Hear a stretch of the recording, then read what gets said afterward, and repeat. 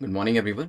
Current affairs की series में 11th of February पे पहुंच चुके हैं हम और यहाँ पे द हिंदू पीआईबी के करंट अफेयर्स को हम कवर करने वाले हैं। This is brief introduction about me. My name is Prince Luthra, all India rank 577 from UPSC CSE 2014 batch. आज एक बार देख लेते हैं जो टॉपिक्स हम डिस्कस करने वाले हैं।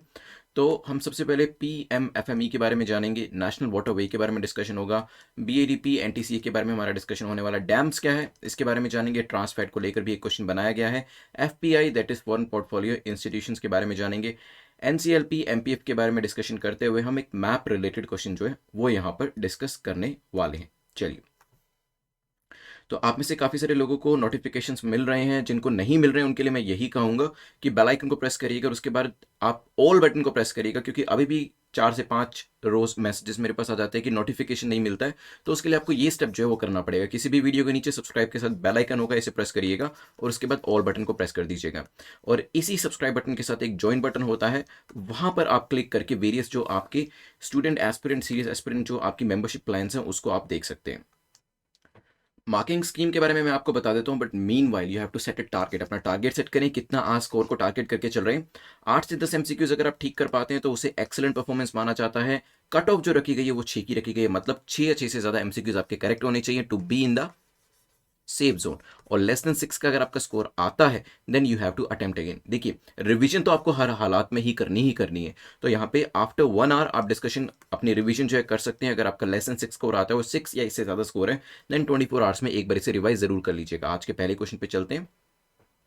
The first question is about PMFME, Prime Minister Formalization of Micro Food Processing Enterprise Scheme। अब इस स्कीम को लेकर 3 स्टेटमेंट्स आपको दी है और आपसे पूछा कि बताएं करेक्ट स्टेटमेंट आपकी कौन सी है। पीआईबी के अंदर ये न्यूज़ दे रखी थी, वहीं से ही इसके ऊपर क्वेश्चन बनाया गया। आप जानते हैं कि PIB is a government source and it is one of the most important of the sources जहां से आपके प्रीलिम्स के क्वेश्चन बन के आते हैं। पीएमएफएमई स्कीम के बारे में पहली स्टेटमेंट कहती है जो स्कीम है इसका मेन एम है कि कंपेटिटिवनेस को जो कि एग्जिस्टिंग माइक्रो एंटरप्राइज में है उसे आपको एनहेंस करना है, उसे आपको इंक्रीज करना है। और यहाँ पे फूड प्रोसेसिंग इंडस्ट्री सेगमेंट की भी बात करी जा रही है। It is a centrally sponsored scheme, ये एक सेंट्रली स्पॉन्सर्ड स्कीम है, हो सकता है। Then it will be implemented over a period of 10 years from 2021 to 2029-30। तो 10 सालों के अंदर इसे इंप्लीमेंट किया जाएगा। सोचिए इसके बारे में कि क्या ये सेंट्रली स्पॉन्सर्ड स्कीम है, सेंट्रल सेक्टर स्कीम है, या फिर यहाँ पे कंपेटिटिवनेस की एनहेंस करने की बात करी गई है, या फिर 10 सालों में से इंप्लीमेंट करने की बात करी गई है या नहीं। सोचिए। चलिए, तो यहाँ पे basically one district one product approach को लाने की बात करी गई है पीएमएफएमई स्कीम के अंदर। तो यहाँ पे वन डिस्ट्रिक्ट वन प्रोडक्ट क्या है, वैसे हम डिस्कस कर चुके हैं इसको पहले भी, अराउंड लास्ट मंथ में हमने शायद इसे डिस्कस किया था, बट आज भी एक क्वेश्चन इसके ऊपर डिस्कशन हमारा रहने वाला है। यहाँ पर बात करी जाए तो yes it is a centrally sponsored scheme. एक बार दोबारा से बता देता हूँ, क्योंकि एक स्टूडेंट ने कहा था कि सर नए स्टूडेंट्स आपके साथ जुड़ते हैं तो पुरानी बताई गई चीज़ को आप दोबारा से रिवाइज करा दिया करिए, अदरवाइज नए स्टूडेंट्स को नहीं पता चलता है। देखिए, सेंट्रल सेक्टर स्कीम होती है और सेंट्रल स्पॉन्सर्ड स्कीम होती है। तो यहाँ पे याद रखने का तरीका यही है, सेक्टर की जब हम बात करते हैं सेंट्रल सेक्टर की, इसका मतलब पूरा का पूरा सेक्टर ही सेंटर का है। 100% फंडिंग सेंट्रल गवर्नमेंट के द्वारा दी जाती है। जब हम सेंट्रली स्पॉन्सर्ड की बात करते हैं, जब हम स्पॉन्सर्स की बात करते हैं, तो किसी भी चीज के लिए मल्टीपल स्पॉन्सर्स हो सकते हैं। उसी तरीके से सेंटर और स्टेट 2 स्पॉन्सर्स होते हैं और वो मिल बांट के वो रेशो 60:40 भी हो सकता है, 90:10 भी हो सकता है। इस तरीके से किसी स्कीम को फाइनेंस किया जाता है। ठीक है, तो यहाँ पे ये जो स्कीम है पीएमएफएमई, ये एक सेंट्रली स्पॉन्सर्ड स्कीम है, बिल्कुल ठीक है। स्कीम का एम यही है to enhance the competitiveness of existing micro enterprise in the unorganized segment of food processing industry। तो यहाँ पे competitiveness को enhance करने की बात करी गई है किसके एरिया के अंदर, फूड प्रोसेसिंग इंडस्ट्री के अंदर। ध्यान रखिएगा, ये स्टेटमेंट भी हमारी क्या हो जाती है, ये स्टेटमेंट भी हमारी ठीक हो जाती है। थर्ड स्टेटमेंट की बात करें तो देखिए यहाँ पे जो टाइम पीरियड दिया गया है वो 5 सालों का दिया गया है, दैट इज 2020-21 से लेकर 2024-25 तक इसे आपको इंप्लीमेंट करना है over a period of 5 years. Hence ये 10 साल वाली स्टेटमेंट आपकी इनकरेक्ट हो जाती है। A will be the correct answer, ध्यान रखिएगा। तो आपका ये जो आर्टिकल था ये दिया गया था आपका one district one product approach of PMFME. वैसे अगर आपको याद हो तो वन डिस्ट्रिक्ट वन प्रोडक्ट को हमने कल भी डिस्कस किया था रात को 9 बजे वाले लेक्चर के अंदर। तो आई होप आपने करेक्ट किया होगा आंसर। चलते हैं नेक्स्ट क्वेश्चन के ऊपर, विच इज क्वेश्चन नंबर 2। पूछा गया है arrange the following waterways in correct order. तो वेरियस वाटरवेज को आपको करेक्ट बेसिकली मैच करना है। यहाँ पर national waterway 2 Dhubri to Sadiya, ये है क्या नेशनल वाटरवे 2? हो सकता है national waterway 3 Kollam to Kottapuram, national waterway 4 Geonkhali to Talcher, national waterway 5 Kakinada to Puducherry. आपको मिलान करना है बेसिकली। सोचिए इसके बारे में क्या आंसर हो सकता है, फिर करते हैं एक डिस्कशन। चलिए, तो न्यूज के अंदर मेंशन किया गया था कि आपका एक जो नेशनल वाटरवे है 2 साल से बेसिकली बंद पड़ा था, कोटायम टू कोची का। ठीक है, तो कोटायम टू कोची का जो नेशनल वाटरवे है ट्रांसपोर्टेशन के लिए इसे दोबारा से शुरू किया जा रहा है। सो ट्रांसपोर्टेशन के लिए इसकी दोबारा से शुरुआत करी जा रही है आफ्टर 2 इयर्स। ठीक है, इससे फायदे क्या होंगे, डीकंजेशन होगा, क्योंकि जो भीड़, जो कंजेशन रोड्स के ऊपर हो जाता था सामान को एक जगह से दूसरी जगह पे ले जाने के लिए, ट्रांसपोर्टेशन के लिए, वो काफी हद तक कम होगा। एनर्जी एफिशिएंसी भी यहां पे देखने को मिलेगी। और अगर आपको याद हो, आप कनेक्ट कर पा रहे हो, मैंने आपको कल क्या बताया था, ऑयल इंपोर्ट के बारे में बताया था। ऑयल इंपोर्ट जो है वो भी आप काफी हद तक कम कर सकते हैं, क्योंकि यहां पर जो कंजम्पशन है वो काफी कम रहता है। और वैसे भी आप इलेक्ट्रिसिटी का भी इस्तेमाल कर सकते हैं। अगर आप वाटरवे की बात कर रहे हैं तो वाटरवे में आपको ऑयल की जरूरत नहीं पड़ेगी, ऐसे ऑल्टरनेटिव्स भी अवेलेबल हैं। इको फ्रेंडली रहने वाला है। ठीक है, ये भी ध्यान रखिएगा। देखिए, मैं आपको ये पॉइंट्स इसलिए बता रहा हूं कि जब भी मेंस में क्वेश्चन आएगा ना, तो आपको इसी डायमेंशन से सोचना है। ट्रांसपोर्टेशन आपका सही रहेगा, डीकंजेशन होगा, एनर्जी एफिशिएंसी होगी, और आपका इको फ्रेंडली भी ये रहने वाला है। अब आते हैं अपने क्वेश्चन के ऊपर वापस।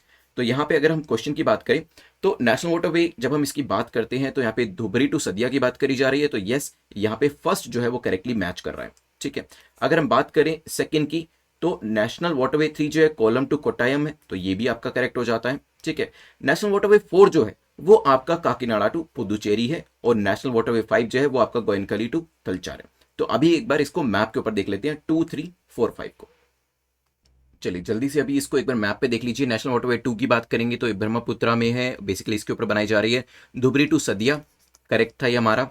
देन हमने नेक्स्ट नेशनल वाटरवे 3 देखा था, कोलम टू कोट्टायपुरम, ये भी हमारा करेक्ट हो जाता है। 4 में काकीनाडा टू पुदुचेरी है, और 5th के अंदर आपका गोयनखली टू तलचर है। ठीक है, तो वैसे 1 के बारे में भी यहाँ पे देख लीजिए। और आपको इसके अलावा एक चीज और भी पता होनी चाहिए कि अगर हम बात करें, देखिए किलोमीटर के अंदर भी पूछा जा सकता है ना आपसे कि इसको बढ़ते क्रम में या घटते क्रम में, असेंडिंग या डिसेंडिंग ऑर्डर के अंदर लगाए, तो वो चीज की जानकारी भी आपको यहां पर होनी चाहिए अगर हम 1, 2, 3, 4, 5, 6 नेशनल वाटरवेज की बात करते हैं। ठीक है, तो यहां पे आपका जो आंसर था वो क्या था, D is the correct answer, ध्यान रखिएगा।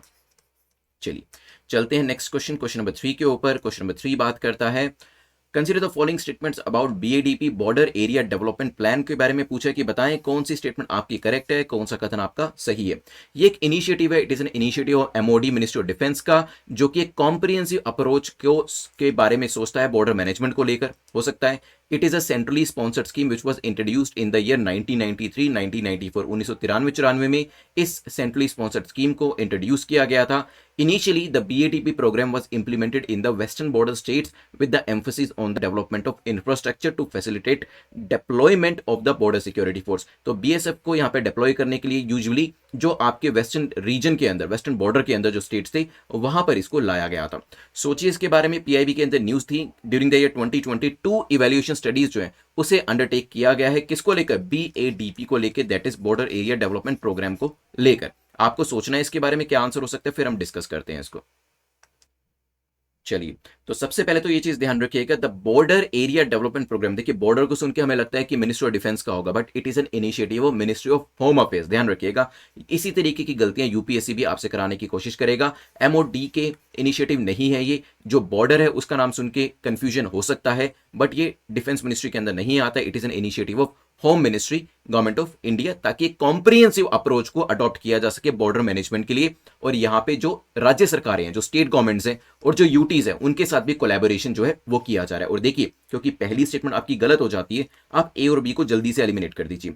इसका मतलब आंसर या तो सी या डी होगा, और इसका यह भी मतलब है कि थर्ड स्टेटमेंट, क्योंकि सी और डी दोनों में है, वो बाय डिफॉल्ट करेक्ट हो जाएगी। मतलब बीएसएफ के लिए इसे बेसिकली जब स्टार्टिंग हुई थी तो वेस्टर्न बॉर्डर स्टेट के अंदर एम्फोसिस किया गया था। सारा दारोमदार जो अब है वो सेकंड स्टेटमेंट के ऊपर है कि आंसर क्या होगा।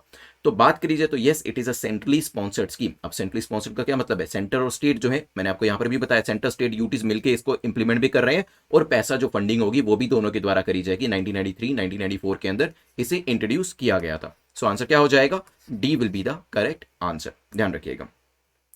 पीआईबी के अंदर न्यूज थी तो आप देख सकते हैं यहां पर। चलते हैं नेक्स्ट क्वेश्चन के ऊपर। नेक्स्ट क्वेश्चन हमारा बात करता है नेशनल टाइगर कंजर्वेशन अथॉरिटी को लेकर, एनटीसीए को लेकर पूछा गया। एनटीसीए को लेकर बताएं कौन सी स्टेटमेंट आपकी करेक्ट है। It is a statutory body task with management of project tiger and the many tiger reserves in India. तो काफी सारे टाइगर रिजर्व्स हमारे यहाँ पर हैं। प्रोजेक्ट टाइगर जो है उसको मैनेज करने के लिए इस स्टैट्यूटरी बॉडी को लाया गया है। Recently centre has approved 51st tiger reserve status for the sanctuary spanning the forest of Megamalai and Srivilliputhur in Tamil Nadu. तो अभी 51वां टाइगर रिजर्व स्टेटस जो है वो दिया गया है और लोकेशन आपको बता रहे तमिलनाडु में मेघामलाई एंड श्रीविलीपुतूर के अंदर। देन इट वाज कंसल्टेड और कॉन्स्टिट्यूटेड लिखा है rather, it is constituted under the enabling provision of the wildlife protection act 1972 as amended in 2006 for strengthening tiger conservation. तो इसको कॉन्स्टिट्यूट किया गया था किसको, एनटीसीए को, अंडर किस प्रोविजन के अंदर, वाइल्ड लाइफ प्रोटेक्शन एक्ट 1972 के अंदर, और बाद में इसे अमेंड किया गया ताकि टाइगर कंजर्वेशन को स्ट्रेंथन किया जा सके।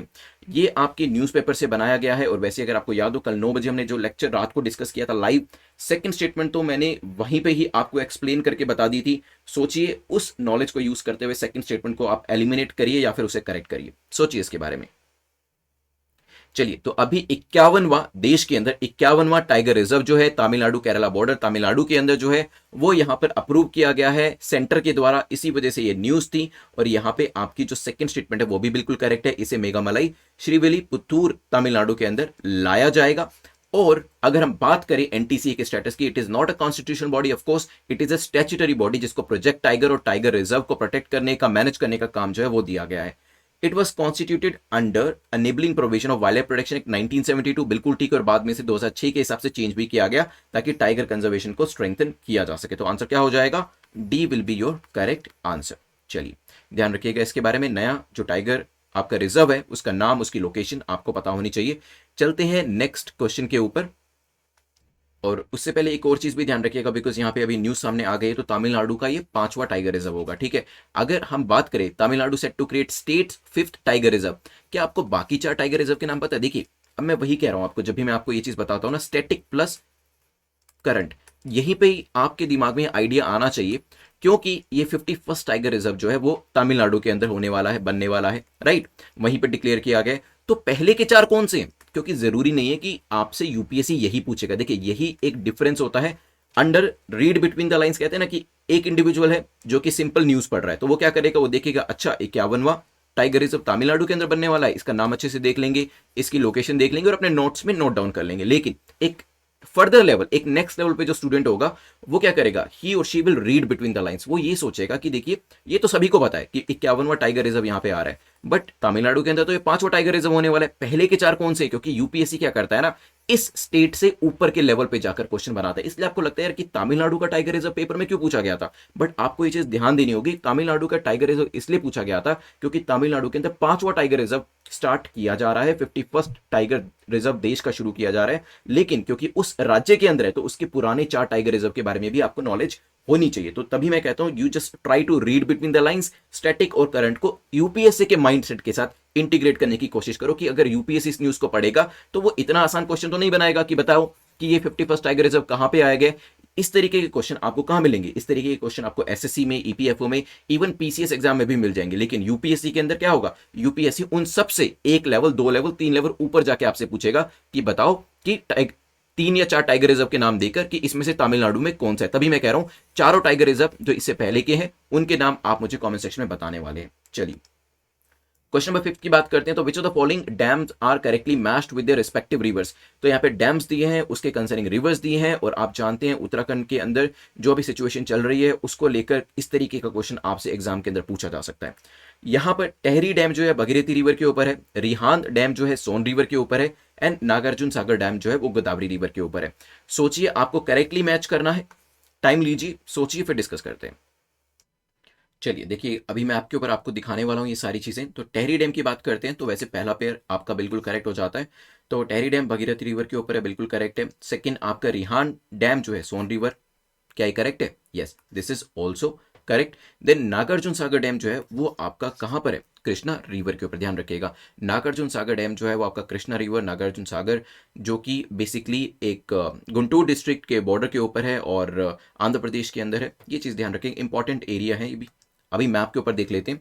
सो यहाँ पे देखेंगे आप, ये आपका टेहरी डैम है, नीचे लोकेशन सोन रिवर पे रिहान डैम हो जाएगा, नीचे आपका नागार्जुन सागर डैम है। चलिए चलते हैं क्वेश्चन नंबर 6 के ऊपर। उससे पहले crack UPSC exam in 200 days की सीरीज के बारे में बता देता हूँ। यूपीएससी कोड को यूज कर लीजिएगा if you are interested in this series. UPSC code को यूज करके आपको 50% डिस्काउंट जो है इसके ऊपर मिल जाएगा। You can also get this series through EMI. Students का ये काफी पूछा जा रहा था मुझसे टेलीग्राम के ऊपर कि क्या सर ईएमआई के थ्रू इसे परचेज कर सकते हैं। तो यस, ईएमआई के थ्रू भी अगर आपके पास क्रेडिट कार्ड है आप इसे परचेज कर सकते हैं। और इसके लिए आप exam.netmock.com पे जा सकते हैं, नहीं तो netmock.com पे जा सकते हैं, कहीं से भी आप इसको ले सकते हैं। अभी मैं आपको यही कहूंगा कि क्योंकि टाइम कम है, सो यूज द रेलेवेंट मटेरियल। अभी नोट्स बनाने का टाइम नहीं है। अभी आपने जो चीजें पढ़ी हैं उसको आप कंप्लीट करें, उसको रिवाइज करें मल्टीपल टाइम्स, और वही पूरी एफर्ट जो है वो यहां पर किया गया है ताकि रेलेवेंट मटेरियल आपको मिनिमम टाइम के अंदर कंप्लीट कराया जा सके। और यहां पे मैं आपको वो भी बताने वाला हूं गाइडेंस के तौर पे कि क्या चीजें पढ़नी है और क्या चीजें छोड़नी है, कितना आपको रेलेवेंट मटेरियल लेना है अगले 150 दिनों के अंदर और कितना आपको स्किप करना है। So just listen to the guidance very carefully and you will crack the examination. अगर 2022 के लिए तैयारी कर रहे हैं तो थोड़ा सा आप कह सकते हैं कि आपकी प्रिपरेशन थोड़ी सी इजी या फिर ईज अप तरीके से करी जा सकती है। रीजन बीइंग कि अभी आपके पास टाइम ज्यादा है, but don't miss use your time. Unnecessary चीजें फिर भी मत पढ़िएगा। एक सब्जेक्ट के ऊपर एक ही बुक पढ़िएगा, मल्टीपल बुक्स को मत पढ़िएगा। क्रैक यूपीएससी एग्जाम इन 100 डेज की जो सीरीज है ये अभी हमारी इसके प्री एनरोलमेंट स्टार्ट हो गया है। विद इन 20 डेज जो है आपको जो लेक्चर्स है वो भी इसके अंदर मिल जाएंगे। So you can subscribe this series only and only when, जब आपके पास सिर्फ 2 घंटे का टाइम है। सेल्फ स्टडी का टाइम बिल्कुल भी नहीं, क्योंकि अगर आपके पास 2 घंटे का टाइम और 2 घंटे की सेल्फ स्टडी का भी टाइम है तो आप 200 डेज की सीरीज लीजिएगा। लेकिन सेल्फ स्टडी का बिल्कुल टाइम नहीं है, then you take a short और यहाँ पे आप crack UPSC exam in 200 days की सीरीज को सब्सक्राइब कर सकते हैं। और यहाँ पे 2 घंटे के असाइनमेंट्स जो है वो डेली बेसिस पे अलग अलग सब्जेक्ट के इंक्लूडिंग द करंट अफेयर्स वो कर सकते हैं। वीकली बेसिस पे मॉक टेस्ट भी दे दीजिएगा। चलते हैं क्वेश्चन नंबर 6 के ऊपर। क्वेश्चन नंबर 6 बात करता है which of the following statement is और are correct about trans fat. Trans fat को लेकर पूछा गया, बताएं कौन सी स्टेटमेंट आपकी करेक्ट है, कौन सा कथन आपका सही है। Trans fats are associated with an increased risk of heart attack and death from coronary heart disease. तो यहाँ पे डेथ का मेजर कॉज जो है उसे बताया गया है। Trans fats are largely produced naturally, but a small amount also occur artificially. Largely naturally ये occur होते हैं, लेकिन कुछ artificially तौर पे भी होते हैं। FSSAI has capped the amount of trans fatty acids in oils and fats to 2% by 2022 from the current permissible limit of 5%. सोचिए इसके बारे में, फिर करते हैं एक डिस्कशन कि क्या परसेंटेज है, क्या नुकसान होता है, क्या फायदे होते हैं, नेचुरल प्रोड्यूस होता है या आर्टिफिशियल तौर पे प्रोड्यूस होता है। सोचिए। चलिए, एक आर्टिकल आया था द हिंदू के अंदर जहां पे वेरियस इनिशिएटिव्स बताए गए थे कि कैसे कैसे हमारी कंट्री जो है ट्रांस फैट की मात्रा को रिड्यूस करने के लिए ले रही है। किस किस तरीके के फैट होते हैं वो मैं आपको नेक्स्ट स्लाइड के अंदर दिखाने वाला हूं। बट आप जानते हैं कल रात को भी हमने थर्ड स्टेटमेंट को तो एटलीस्ट डिस्कस किया ही था कि हमारी जो प्रेजेंट इसके अंदर लिमिट थी वो 5% थी। 2021 में हमने प्रण लिया है कि इसे 3% तक लेके आएंगे और 2022 तक हमारा टारगेट है इसे 2% तक लेके आएंगे, क्योंकि ये आपकी हार्ट डिसीजेस के लिए और डेथ की वजह से कोरोनरी हार्ट डिसीजेस के लिए सबसे बड़ा रिस्पॉन्सिबल रीजन कहा जा सकता है। और आपने काफी सारे प्रोडक्ट्स पे भी देखा होगा, कल मैंने आपसे रिक्वेस्ट भी करी थी whenever you go to buy some kind of groceries उसके पीछे जरूर देखा करिएगा कि उसमें ट्रांस फैट की मात्रा कितनी है। और ट्रांस फैट की मात्रा अगर उसके अंदर 1% भी पाई जाती है तो कोशिश करिए उस चीज को अवॉइड करने की। तो यहाँ पे ट्रांस फैट्स एसोसिएट करते हैं increase risk of heart attacks, बिल्कुल ठीक है। लार्जली वो किस तरीके से पाए जाते हैं, आपको क्या लगता है? देखिए, trans fats are largely produced artificially but a small amount also occurs naturally. तो यहाँ पे ज्यादातर जो ट्रांस फैट्स होते हैं वो आर्टिफिशियली प्रोड्यूस किए जाते हैं और बहुत ही कम मात्रा में वो नेचुरली पाए जाते हैं। Thus in our diet there may be present an artificial TFA, trans fatty acids. हमारी जो डाइट होती है, जो भी हम स्नैक्स लेते हैं, यूजुअली उसके अंदर TFAs पाए जाते हैं और नेचुरल TFAs भी हो सकते हैं बट ज्यादातर आर्टिफिशियल ही होते हैं। अब अगर वैसे मैं आपसे क्वेश्चन पूछूं, आपको क्या लगता है TFAs क्यों ऐड किए जाते होंगे, मतलब ट्रांस फैटी एसिड्स जो हैं, क्या ये किसी प्रोडक्ट की शेल्फ लाइफ को इंक्रीज करने के लिए करे जाते हैं, डाले जाते हैं, या फिर अपने आप ही पैदा हो जाते हैं, या फिर किसी प्रोडक्ट के टेस्ट को बढ़ाने के लिए डाले जाते हैं? इसका आंसर आप मुझे कमेंट सेक्शन में करिएगा, नहीं पता है तो उसे गूगल प्लीज करिएगा। तो यहाँ पे सेकंड स्टेटमेंट आपकी इनकरेक्ट हो जाती है क्योंकि लार्जली आर्टिफिशियली तौर पर ये पैदा होते हैं। तो आंसर आपका हो जाएगा बी। चलिए, डिफरेंट टाइप्स के फैट हम देख लेते हैं यहाँ पर। चलिए, तो यहां पे सबसे पहले है आपका अनसैचुरेटेड फैट्स, जो आपको एवोकाडो यहाँ पे शो किया हुआ है। एवोकाडो, इनको बेसिकली ना अनसैचुरेटेड फैट्स को गुड फैट भी कहा जाता है, ठीक है। तो यहाँ पे गुड फैट्स में आपका एवोकाडो आ जाता है, बादाम आ जाते हैं, आलमंड्स आ जाते हैं, वहां से आपको ये गुड फैट्स जो है वो मिलते हैं जो कि आपकी हेल्थ के लिए ठीक होते हैं। सैचुरेटेड फैट्स की बात करें तो कहा जाता है कि एनिमल प्रोडक्ट से आपको मिलते हैं, लेकिन इसका कंजम्पशन रेगुलेटरी तौर पे करना चाहिए। ज्यादा कंजम्पशन करेंगे अगर तो ये नुकसान पहुंचा सकते हैं। तो ये जो है, ये तो फर्स्ट वाले तो अच्छे हैं, सेकंड वाले रेगुलेटरी तौर तौर पे यूज करनी चाहिए, ज्यादा कंजम्पशन नहीं करना चाहिए, कि मात्रा एक लिमिट के अंदर ही इसका कंजम्पशन करना चाहिए। तीसरे आपके होते हैं ट्रांस फैट, जिसको कि बैड कोलेस्ट्रॉल के लिए भी जाना जाता है, और ये आपकी हेल्थ के लिए सबसे ज्यादा नुकसानदेह होते हैं और पार्शली सैचुरेटेड होते हैं और हाइड्रोजनेटेड होते हैं। तो नेक्स्ट टाइम जब भी आप जाते हैं, कोशिश करें आपके प्रोडक्ट्स के अंदर अनसैचुरेटेड फैट हो और यहाँ पे ट्रांस फैट की मात्रा ना के बराबर होनी चाहिए। चलिए चलते हैं क्वेश्चन नंबर 7 के ऊपर, जो कि एफपीआई के बारे में पूछा गया, फॉरेन पोर्टफोलियो इन्वेस्टमेंट को लेकर बताएं कौन सी स्टेटमेंट करेक्ट नहीं है। यहां पे द हिंदू के अंदर एक न्यूज थी, न्यूज क्या थी वो तो मैं आपको बताने वाला हूं, बट पहले यहां पर क्वेश्चन को देख लेते हैं। It consist of securities and other financial assets held by investors in another country. तो यहां पे इसमें सिक्योरिटीज होती हैं और अदर फाइनेंशियल एसेट्स के अंदर जो इन्वेस्टर्स दूसरी कंट्री के अंदर, मतलब इंडिया के अंदर है तो बाहर के लोग जब यहां पे इन्वेस्ट करते हैं इन इंस्ट्रूमेंट्स के अंदर, तो उसे एफपीआई कहा जा सकता है। It provides the investors with direct ownership of companies' assets and is relatively liquid depending on the volatility of the market.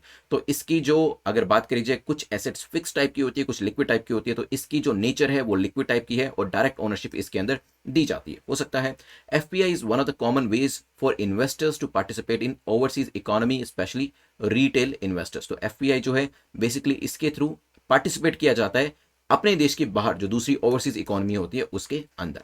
सोचिए काफी बेसिक आपका इकोनॉमी का क्वेश्चन है जो आपको करंट अफेयर्स एरिया से पूछा जाएगा। आपको इस तरीके के जो कॉन्सेप्ट्स हैं, जो भी आप इकोनॉमी की बुक पढ़ रहे होंगे, चाहे वो आप संजीव वर्मा पढ़ रहे हो या फिर रमेश सिंह की बुक पढ़ रहे हो, दोनों के अंदर आपको ये मिल जाएंगे। सोचिए इसके बारे में, फिर हम डिस्कशन करते हैं।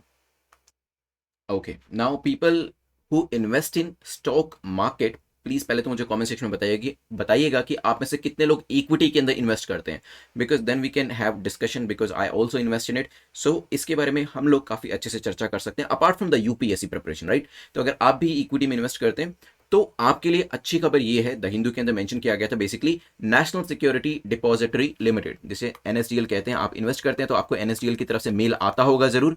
तो एनएसडीएल ने शो किया है कि FPI, that is foreign portfolio investment, जो है इक्विटी के अंदर करंट ईयर के अंदर हमारी कंट्री के अंदर 38 गुना बढ़ गया है। 38 फोल्ड इंक्रीज जो है वो देखने को मिला है if we compare it with the previous year. जनवरी 16 तक का डेटा जो है वो बताया गया है कि यहाँ पे 2,36,781 करोड़ जो है वो पैसा यहां से एफपीआई के थ्रू आया है, और पिछले साल ये था 6,153 करोड़। देखिए ज्यादा चौंकने की जरूरत नहीं है, उसका रीजन ये भी है क्योंकि पहले कोरोना था, कोरोना की वजह से काफी सारे एफपीआईज जो थे, आप जानते हैं this is called the hot money. जैसे ही कोई नेगेटिव न्यूज आती है सबसे पहले फॉरेन पोर्टफोलियो इन्वेस्टर्स ही भागते हैं, वही सबसे पहले जाने वाले होते हैं, और उन्हीं की वजह से मार्केट एकदम से ड्रॉप कर जाती है, जैसे कि पिछले साल मार्च के महीने में देखा गया था, क्योंकि मार्च के महीने में लॉकडाउन को डिक्लेयर किया गया था और बैक टू बैक लॉकडाउन हमने देखे थे, और इसी वजह से सबसे पहले पैसा निकाल के भागने वाले कौन थे? फॉरेन पोर्टफोलियो इन्वेस्टर्स, ठीक है। और अभी इस साल ये नंबर इतना बड़ा हुआ क्यों है? क्योंकि आप जानते हैं बेस इफेक्ट। अगर पिछली बार नंबर कम था तो इस बार अगर नंबर नॉर्मल भी होगा तो वो हमें ज्यादा ही लगेगा, ठीक है। ये एक रीजन हो सकता है। वैसे मैंने आपको काफी हिंट दे दी है इस क्वेश्चन का आंसर करने के लिए, सोचिए इसके बारे में, फिर करते हैं डिस्कशन। चलिए देखिए, सबसे पहले तो आपको यह ध्यान रखना था, इसमें गलती नहीं करनी थी कि यहां पर पूछा गया है कि कौन सी स्टेटमेंट सही नहीं है, ठीक है। फिर आता है कि बताएं स्टेटमेंट कौन सी गलत है, ठीक है। अब आते हैं पहली स्टेटमेंट को देखते हैं। तो वैसे पहली और तीसरी स्टेटमेंट को तो मैंने आपको एक्सप्लेनेशन में ही बता दिया अभी, जो मैं आपसे डिस्कस कर रहा था कि इसमें जो इन्वेस्टर्स होते हैं दूसरी कंट्रीज के, वो हमारी कंट्री में इन्वेस्ट करते हैं, या फिर जब हम बाहर किसी कंट्री के अंदर इन्वेस्ट करते हैं तो उनके लिए एफपीआई बन जाते हैं। तो पहली और तीसरी स्टेटमेंट आपकी ठीक है। It consist of security and other financial assets जिसमें इन्वेस्टर इन्वेस्ट करते हैं, और FPI is one of the common veg जिसके थ्रू इन्वेस्टर ओवरसीज इकोनॉमी के अंदर पार्टिसिपेट करते हैं। लेकिन सेकंड स्टेटमेंट की बात करेंगे तो it provides the investor with direct ownership. देखिए इसमें ओनरशिप नहीं दी जाती है, ये चीज ध्यान रखिएगा। It does not provide the investor with the direct ownership, क्योंकि वो किस केस में होती है? वो एफडीआई के केस में होती है, फॉरेन डायरेक्ट इन्वेस्टमेंट के केस में, जहां पे ओनरशिप की बात होती है। एफआईआई या एफपीआई की जब आप बात करते हैं तो सिंपली आप उनकी इक्विटी शेयर्स के अंदर इन्वेस्ट कर रहे होते हैं, and therefore you do not get the direct ownership of the company, but yes they are more liquid. अगर second part of the statement देखिए तो यस लिक्विड रहता है depending upon the volatility of the market, but statement overall incorrect हो जाएगी और आपका answer भी इनकरेक्ट ही बताना था, तो A will be your correct answer, ठीक है। So it does not provide the direct ownership, ध्यान रखिएगा, और लिक्विडिटी रहती है इसके अंदर, तभी लास्ट ईयर एफपीआई सबसे पहले अपना पैसा निकाल के हमारी स्टॉक एक्सचेंज से चले गए थे और हमारी मार्केट जो थी काफी गिर गई थी। चलिए, सो एफपीआईज के बीच का जो डिफरेंस है इसे रीड कर लीजिएगा और इसे अपने नोट्स में भी सेव कर लीजिएगा। This is also important for prelims examination. चलते हैं नेक्स्ट क्वेश्चन के ऊपर। इसमें कोई डाउट होता है तो पूछ लीजिएगा, वैसे काफी ईजी है। Consider the following statement about national child labour project NCLP scheme के बारे में पूछा कि बताएं कौन सी स्टेटमेंट आपकी करेक्ट है, कौन सा कथन आपका सही है। This is a major centrally sponsored scheme for the rehab of child labour. Child labour जो है उनको रीहैब करने के लिए एक सेंट्रली स्पॉन्सर्ड स्कीम जो है उसे चलाई गई है। The entire project is required to be implemented through a registered society under the chairmanship of DM of the district. तो यहाँ पे डीएम के अंदर ये स्कीम जो है वो चलाई जाने वाली है। Under the scheme survey of child labour engaged in hazardous occupation and processes has been conducted. इसके अंदर सर्वे करे जा रहे हैं कि हजार्डस एरियाज एंड ऑक्यूपेशंस के अंदर कहाँ कहाँ पर जो बच्चे हैं, चाइल्ड लेबर है, उनको एंगेज किया हुआ है। पीआईबी से न्यूज़ बनाई गई है, सोचिए इसके बारे में, फिर करते हैं डिस्कशन। चलिए, तो it is not a centrally sponsored scheme, it's a central sector scheme. तो मतलब 100% पैसा सेंटर का आएगा, 100% फंडिंग सेंटर की आएगी। इस वजह से ए और बी को जल्दी से आप एलिमिनेट करेंगे, आंसर सी या डी होगा। इट मीन्स थर्ड स्टेटमेंट आपकी करेक्ट है। इसके अंदर सर्वे किया जा रहा है जिसमें चाइल्ड लेबर जो जो हैजार्डस ऑक्यूपेशन के अंदर इन्वॉल्व है उनको यहाँ पर फिगर आउट किया जा रहा है। At the same time entire project जो है वो डीएम के अंडर हो रहा है। तो सेकंड थर्ड स्टेटमेंट आपकी करेक्ट हो जाती है, आंसर विल बी जी। ध्यान रखिएगा। इस स्कीम के बारे में और चीज़ें पढ़ना चाहते हैं तो आप पीआईबी की वेबसाइट पर पढ़ सकते हैं। वैसे लार्जली जो इंपॉर्टेंट चीज़ें हैं वो मैंने आपको बता दी है। The scheme seeks to adopt a sequential approach को इसके अंदर अडॉप्ट किया जाएगा, रिहेबिलिटेशन किया जाएगा बच्चों का जो कि हजार्डस एरिया के अंदर इन्वॉल्व है। चलिए, क्वेश्चन नंबर 9 को देख लेते हैं। The 9th question talks about MPF, that is modernisation of police force. Police force के मॉडर्नाइजेशन को लेकर स्कीम है। पूछा गया बताएं कौन सी स्टेटमेंट आपकी करेक्ट है, कौन सा कथन आपका सही है। Police and public order are state subject as per the 9th schedule of the constitution. तो 9वां शेड्यूल हमें बताता है कि पुलिस और पब्लिक ऑर्डर जो है वो स्टेट सब्जेक्ट है। मैंने आपसे कल पूछा है, वैसे वाटर के बारे में ज़्यादा मुझे आंसर नहीं मिले तो प्लीज़ मुझे बताइएगा वाटर स्टेट सब्जेक्ट है, यूनियन सब्जेक्ट है, कॉन्करेंट सब्जेक्ट है, वो मुझे बताइएगा अलग से। The scheme being a centrally sponsored scheme, जो स्कीम है एक सेंट्रली स्पॉन्सर्ड स्कीम है, ये भी हो सकता है। थर्ड स्टेटमेंट कहती है the ministry of home affairs MHA जो है वो रिसोर्सेज को सप्लीमेंट कर रहा है एमपीएफ स्कीम के लिए, ये भी हो सकता है। पीआईबी की न्यूज़ है, सोचिए इसके बारे में, फिर करते हैं डिस्कशन। चलिए, मॉडर्नाइजेशन ऑफ पुलिस फोर्स के लिए जो डेटा है वो अभी पीआईबी के अंदर दिया गया था। There is a data given of allocation of funds, किस तरीके से मॉडर्नाइजेशन करने के लिए, पुलिस का मॉडर्नाइजेशन करने के लिए। ये वैसे एरिया जो है ना मॉडर्नाइजेशन ऑफ पुलिस, ये आपके मेंस के लिए भी एक अच्छा क्वेश्चन बन सकता है। और अगर आपका फर्स्ट ऑप्शन आपके डैफ फॉर्म के अंदर आईपीएस है तो ये क्वेश्चन आपसे वहां पर भी पूछा जा सकता है कि आप मॉडर्नाइजेशन ऑफ पुलिस के लिए क्या चीजें सजेस्ट करेंगे। तो यहाँ पे इसी तरीके से आपको तैयारी करके जानी है। अगर आईपीएस में जाना चाहते हैं या फिर आईपीएस को फर्स्ट ऑप्शन के तौर पे भरा है तो आपको इस तरीके के जो एरियाज है उस पर खासी तौर पे ध्यान देना पड़ेगा। पुलिस और पब्लिक ऑर्डर की बात करते हैं तो कौन सी शेड्यूल के अंदर है, देखिए 7 शेड्यूल बताता है इन चीजों को। तो 9 शेड्यूल में तो वैसे भी जो चीज डाल दी जाती है तो कुआं है बेसिकली। 9 शेड्यूल बताइएगा क्या है, मैंने आपको लास्ट लेक्चर में बताया था। 9 शेड्यूल तो एक तरीके का कुआं है जहां पे जुडिशियल रिव्यू भी अप्लाई नहीं होता है, ध्यान रखिएगा। तो पुलिस और पब्लिक ऑर्डर कहां पर आता है, पुलिस और पब्लिक ऑर्डर 7 शेड्यूल के अंदर है, ध्यान रखिएगा।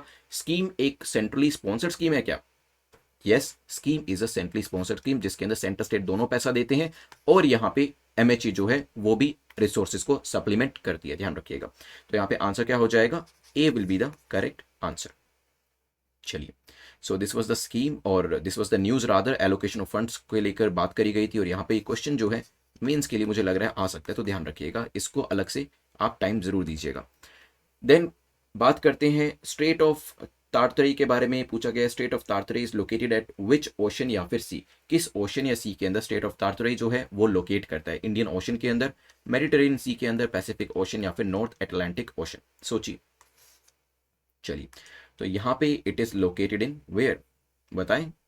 Yes, it is strait of Tartary जो है, गल्फ और टार्टर भी कहा जाता है इसे, just a second, gulf of Tartary, ठीक है। It is located in the Pacific ocean जो कि आपके रशियन आइलैंड, जो कि रशियन आइलैंड ऑफ सैकलिन है उसको मेनलैंड से अलग भी कर रहा है, जैसे कि आप यहाँ पे देख सकते हैं। This is strait of Tartary and this is आपका रशिया, ध्यान रखिएगा।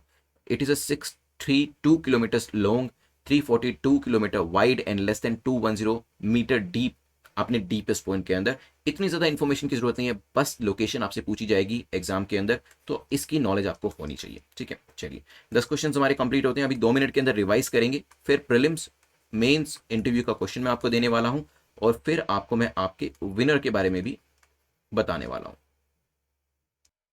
चलिए, be ready to give the answer. मैं आपसे क्वेश्चन पूछने वाला हूं बिकॉज काफ़ी सारी चीज़ें हम डिस्कस कर चुके हैं। जल्दी से मुझे बताइएगा पीएमएफएमई स्कीम के बारे में, कितने सालों के लिए इसे इंप्लीमेंट करने का टाइम जो है वो दिया गया है। मैंने स्कीम के बारे में बताया था, बेसिकली कंपेटिटिवनेस को एनहेंस करने के लिए, and it is a centrally sponsored scheme. 5 साल का टाइम दिया गया है।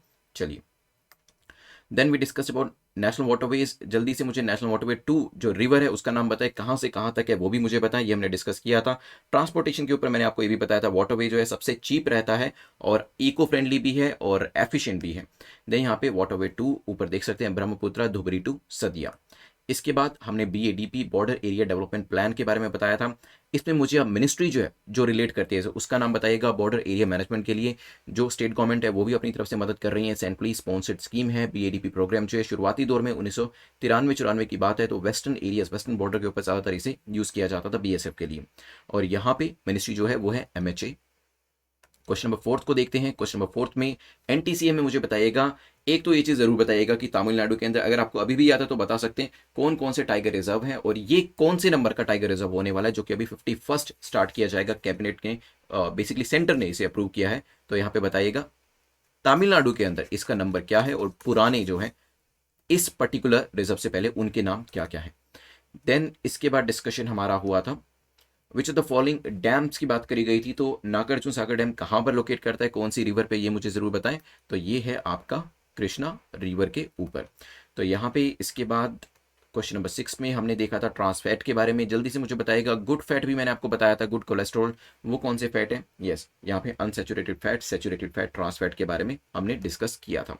देन FPI के बारे में जल्दी से मुझे बताएं कि क्या, यस और नो में बताइएगा, क्या ये ओवरसीज इकोनॉमी में इन्वेस्ट करने के लिए होता है।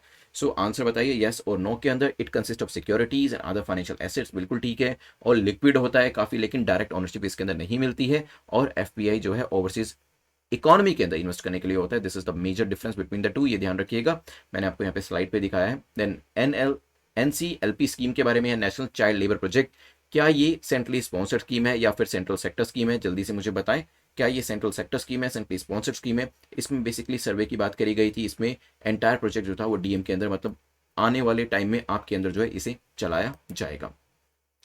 इसके बाद फाइनली हमारा डिस्कशन जो था क्वेश्चन नंबर 9 की तरफ MPF के बारे में हुआ, मॉडर्नाइजेशन पुलिस फोर्स। इसके ऊपर मैंने मेंस का क्वेश्चन भी बनाया है, तो मुझे ये बताइएगा क्या ये सेंट्रली स्पॉन्सर्ड स्कीम है या फिर सेंट्रल सेक्टर स्कीम है। साथ में ही MHA ने भी इसके अंदर रिसोर्सेज जो है वो दिए हैं और पब्लिक ऑर्डर की बात करी गई थी, पुलिस और पब्लिक ऑर्डर 7 शेड्यूल के अंदर आते हैं। लास्ट क्वेश्चन में हमारा जो डिस्कशन हुआ था वो स्ट्रेट ऑफ टाटरी के बारे में हुआ था। स्ट्रेट ऑफ टाटरी जो है वो कहाँ पर लोकेट करता है, पैसिफिक ओशन के अंदर, और कौन सी कंट्री का नाम मैंने आपको यहाँ पे बताया था वो प्लीज़ मुझे बताइएगा। सो रशिया एंड सैकलिन जो है उसका एक आइलैंड है। चलिए प्रीलिम्स के अंदर आप मुझे FTI के बारे में बताइएगा 1 लाइन में। देखिए सुनने में बहुत आसान लगता है, आप न्यूज़पेपर में या फिर न्यूज़ में सुनते होंगे FTI FII, but believe me अगर कोई इसको आपको एक्सप्लेन करने के लिए कहे कि 1 से 2 लाइन में एक्सप्लेन करिए तो दिक्कत हो जाती है बहुत ज़्यादा। सुनने में बहुत सारी चीज़ें ईजी लगती है, लेकिन जब सच में लिखना पड़ता है ना उसके बारे में कि ये है क्या, तो फिर प्रॉब्लम होती है। और वही चीज़, वही जो डिस्कम्फर्ट है वही आपके अंदर से निकालना है, ताकि आप इन चीज़ों को जब आपके सामने एग्जाम में आए तो आप ईजी चीज़ों को ईजी तरीके से ही लें और वहाँ पे ईजिली इसका आंसर कर पाएं। मुझे मेंस के क्वेश्चन का आंसर करिएगा। As a civil servant what would you suggest to modernise police force, तो यहाँ पे पुलिस फोर्स को मॉडर्नाइज करने के लिए आप क्या आइडियाज़ को रेकमेंड करेंगे। सो ये चीज़ आपको मेंस का जो क्वेश्चन आंसर करना है। और इंटरव्यू के लिए do you think we need an indigenous social media platform, आप जानते हैं अभी काफ़ी सारे चैनल्स के ऊपर ये बात हो रही है कि हमें एक इंडिजिनस सोशल मीडिया प्लेटफॉर्म की ज़रूरत है, ताकि बाहर के जो सोशल मीडिया प्लेटफॉर्म्स हैं वो हमारी कंट्री के अंदर, हमारी पॉलिटिक्स के अंदर और हमारे कंट्री के डेवलपमेंट के अंदर खासतौर पे इंटरफेयर ना कर पाए। क्योंकि होता क्या है, बाहर के जो सोशल मीडिया प्लेटफॉर्म्स होते हैं उनके सर्वर्स इंडिया के अंदर तो नहीं होते हैं, इंडिया के बाहर होते हैं, और वहाँ पर किसी भी एक रेनाउंड पर्सनैलिटी को पे करके किसी भी कंट्री के अगेंस्ट में एक पूरा का पूरा नैरेटिव तैयार किया जा सकता है, एक पूरा का पूरा कैंपेन चलाया जा सकता है। देखिए किसी भी कंट्री को डिफेम करना आज बहुत ज़्यादा आसान है अगर आपके पास सोशल मीडिया प्लेटफॉर्म के अंदर कुछ रेनाउंड पर्सनैलिटी के कॉन्टैक्ट्स है तो उसको ही कुछ टाइम पहले इंडिया को भी डिफेम करने के लिए यूज़ किया गया था। तो क्या उस सिचुएशन के अंदर इंडिजिनस सोशल मीडिया प्लेटफॉर्म क्या एक सही रास्ता है, इसके बारे में आप मुझे जरूर बताइएगा। सेकंड चैनल को सब्सक्राइब कर लीजिएगा, बिकॉज 9 PM पे यहाँ पर हम लाइव क्वेश्चंस को सॉल्व करेंगे। मेंस का ग्रुप हमारा ये है और इंटरव्यू का ये है, आप इसे टेलीग्राम के ऊपर सर्च करके ज्वाइन कर सकते हैं। मेंस के आंसर यहाँ सबमिट करिएगा, काफ़ी मैच्योर क्राउड है, इंटरव्यू के आंसर यहाँ पर आप सबमिट करिएगा। मैं आपकी जो इंटरव्यू में आज नहीं सुना पाऊंगा, आपको वहीं पे ही रिप्लाई कर दूंगा, लेकिन प्रीलिम्स का जो आंसर करेक्ट किया है वो तनुज भट्ट ने किया है, तो आप मुझे बता दीजिएगा PDF के बारे में जो आपको चाहिए। अब आती है बारी अपने अपने मार्क्स को डिक्लेयर करने की, तो कमेंट सेक्शन में जल्दी से अपने मार्क्स को डिक्लेयर करें, कितना कितना आपने स्कोर किया है। 6 से ज़्यादा है, 6 या 6 से ज़्यादा, then you are in the safe zone. और अगर रेगुलर बेसिस पे यहाँ स्कोर करें इट मीन्स प्रिपरेशन अच्छी चल रही है, लेकिन फिर भी 24 आवर्स में एक बार रिवाइज जरूर करिएगा, दोबारा से वीडियो देख लीजिएगा। लेस देन 6 अगर स्कोर किया है तो 1 घंटे के बाद दोबारा से वीडियो को देखिएगा और सेकंड टाइम में ही नोट्स बनाइएगा। नोट्स फर्स्ट टाइम में मत बनाइएगा। Even though when you read a book, पहली बारी में कभी भी नोट्स मत बनाइएगा, पहली बारी में उसे पढ़िएगा, दूसरी बारी में अंडरलाइन करके तीसरी बारी में नोट्स बनाइएगा। बट वीडियो के केस में आप दूसरी बारी में नोट्स बना सकते हैं। टेलीग्राम के ऊपर आपको कल रात को 10 बजे इसकी पीडीएफ जो है वो प्रोवाइड करा दी जाएगी, और बेल आइकन को प्रेस करके, जैसे मैंने आपको कहा, ऑल बटन को जरूर प्रेस करिएगा। फिर आपकी ये जो शिकायत है कि नोटिफिकेशन नहीं भेजे जा रहे, वो भी दूर हो जाएगी, क्योंकि आपको सारे नोटिफिकेशन जो है वो मिलने लग जाएंगे। लाइक द वीडियो अगर आपने कुछ नया सीखा हो यहाँ पे। Thanks for watching, have a nice day.